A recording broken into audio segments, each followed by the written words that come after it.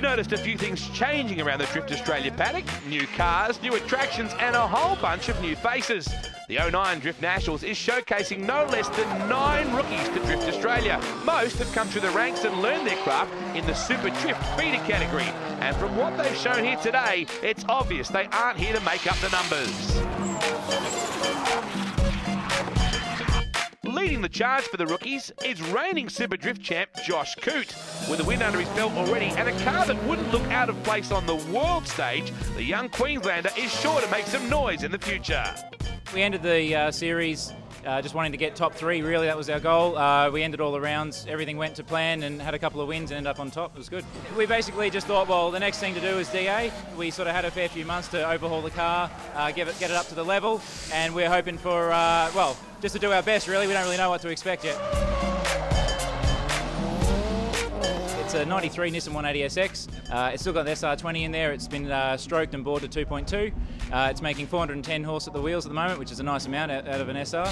It's got a 6-speed Hollinger sequential in there, R33 GDR rear end, IKEA formula suspension arms all round, yeah, full roll cage, plastic windows, wide body and work wheels. We spent a lot of time on the car trying to make it as fast as we can make the car, and then it's just up to me. So yeah, no, it's a big challenge.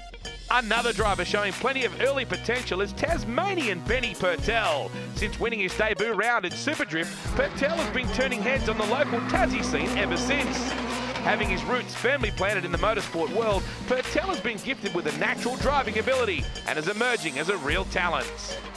I think I was born with motorsport in my blood. My father was pretty heavily involved in motorsport back in the 70s down in Tassie, and basically always wanted to get involved in something but never quite had the platform or the money, and then just bought a 180SX street car, which was always going to be a street car, but somehow it turned into a track car, and now I'm sitting here with a full-blown race car behind me, so I don't really know where I went wrong.